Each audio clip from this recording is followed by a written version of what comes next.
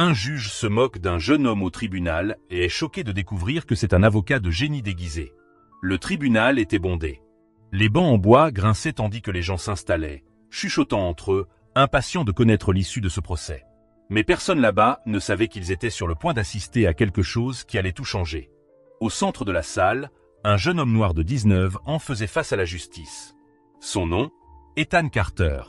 Accusé de vol de voiture et de résistance à son arrestation, il était devenu le centre de l'attention. Non pas parce que l'affaire était particulièrement compliquée, mais parce que le juge Leonard Whitmore et le procureur David Langlais étaient déjà certains de la façon dont cette histoire allait se terminer.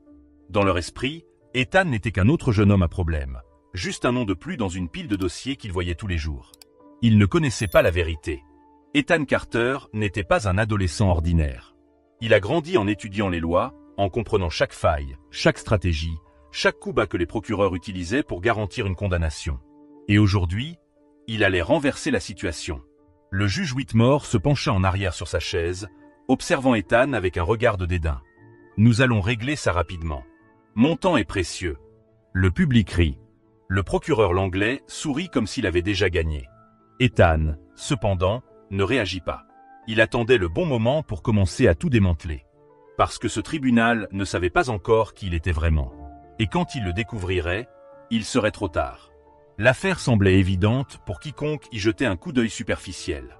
Selon l'accusation, Ethan avait été surpris dans une voiture volée, avait tenté de fuir la police et avait été arrêté peu de temps après. Les preuves ? Des empreintes digitales sur le volant. Un policier affirmant l'avoir vu conduire. La voiture abandonnée, quelques pâtés de maison plus loin. Cela ressemble à une affaire solide, n'est-ce pas ? Faux. Ethan savait que l'affaire était fragile. Mais le juge et le procureur étaient habitués à gagner sans effort. Ils n'avaient même pas pris la peine de revoir correctement leurs propres arguments. Et Ethan était sur le point de le prouver.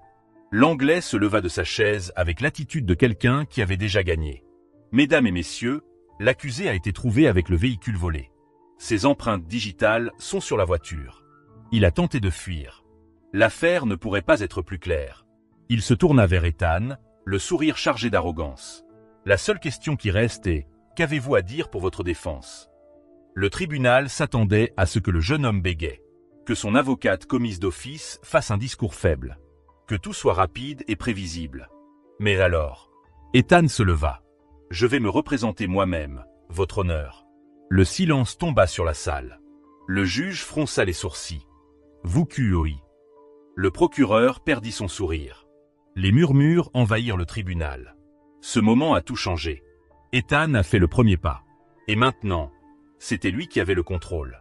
Le silence au tribunal était presque assourdissant.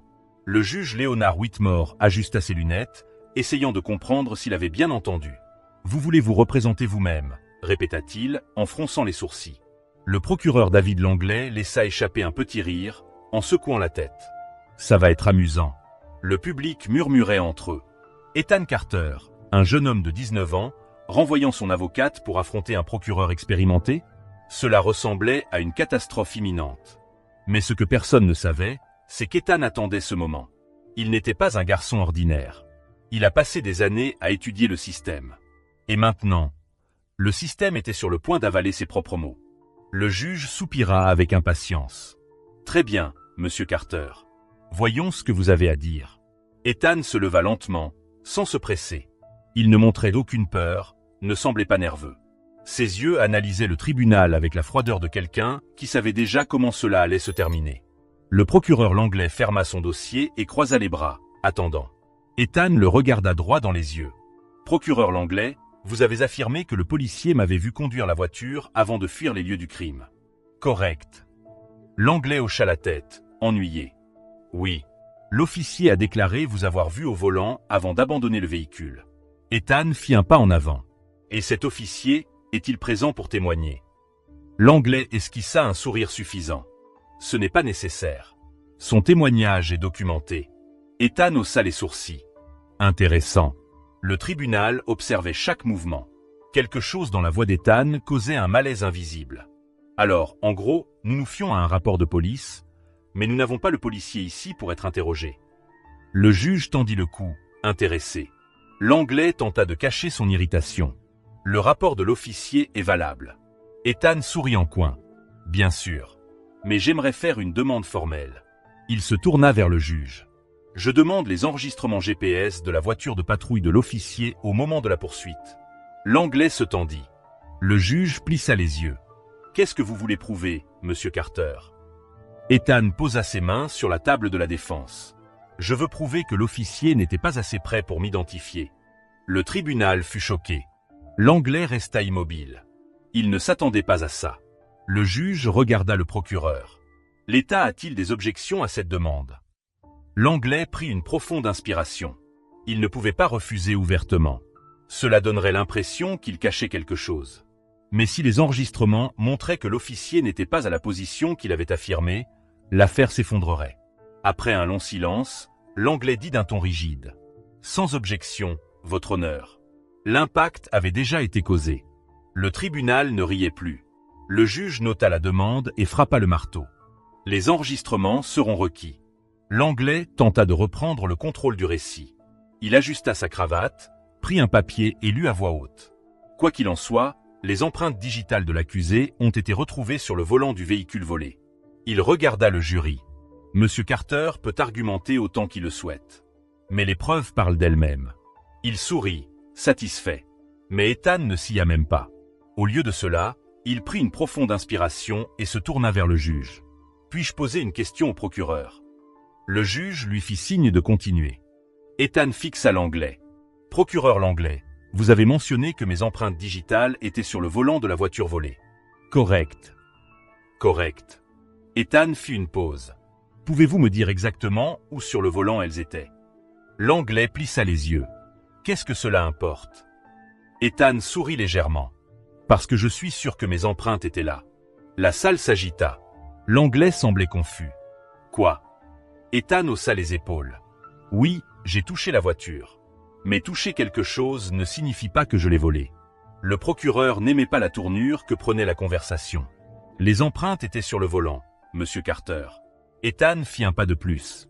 Exactement. Il se tourna vers le jury. Avez-vous déjà été dans une voiture qui ne vous appartenait pas? Peut-être la voiture d'un ami?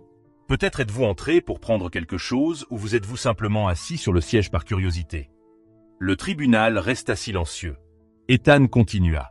Ce que l'État essaie de prouver, c'est que j'ai conduit cette voiture uniquement sur la base de mes empreintes digitales sur le volant. Il fit une pause. Mais que se passe-t-il si je vous dis que je suis entré dans la voiture et que je suis ressorti? Les jurés se regardèrent. Le procureur commençait à comprendre ce qui se passait. Ethan ne faisait pas que se défendre. Il semait le doute. Et au tribunal, les doutes sont fatals pour l'accusation. Le juge regarda l'Anglais. L'État a-t-il d'autres preuves pour prouver que l'accusé conduisait le véhicule? L'Anglais s'éclaircit la gorge, feuilletant les papiers. La position des empreintes digitales sur le volant est compatible avec celle d'un conducteur. Ethan secoua la tête, souriant. Ce n'est pas une preuve. C'est une spéculation. L'Anglais resta sans réponse. Le tribunal commençait à comprendre. Ethan Carter n'était pas un accusé quelconque. C'était un avocat sans diplôme, et il était en train de démanteler l'affaire, pièce par pièce. Et le pire, il savait qu'il ne pouvait pas l'arrêter. Le juge frappa le marteau. Le tribunal ajourne l'audience jusqu'à ce que les enregistrements GPS du policier soient présentés. L'Anglais semblait visiblement ébranlé. Le juge ne regardait plus Ethan avec dédain. Pour la première fois, il le regardait avec respect. Mais Ethan savait que la bataille n'était pas encore terminée. Parce que le coup de grâce était encore à venir. Le tribunal était plus silencieux que jamais. Les gens dans le public se regardaient les uns les autres, essayant de comprendre ce qui se passait. L'affaire, qui aurait dû être une condamnation facile, était en train de s'effondrer sous les yeux de tous. Et tout cela parce qu'Ethan Carter n'était pas l'accusé qu'ils attendaient. Le juge Leonard Whitmore passa sa main sur son visage, visiblement mal à l'aise. Il savait que permettre à Ethan de se représenter lui-même avait été une erreur. Une erreur qu'il était maintenant trop tard pour corriger. Le procureur David Langlais feuilletait frénétiquement ses papiers. Il avait besoin de trouver quelque chose qui ramènerait le contrôle à l'accusation. Mais rien ne semblait suffisant. Chaque argument qu'il prévoyait, Ethan l'avait déjà démantelé avant même qu'il ne soit utilisé. Et puis, l'huissier entra avec les enregistrements GPS du policier. C'était le moment de vérité. Le juge prit les documents, ajusta ses lunettes et commença à lire.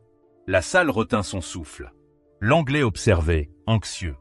Ethan était calme, parce qu'il savait déjà ce que disaient les papiers.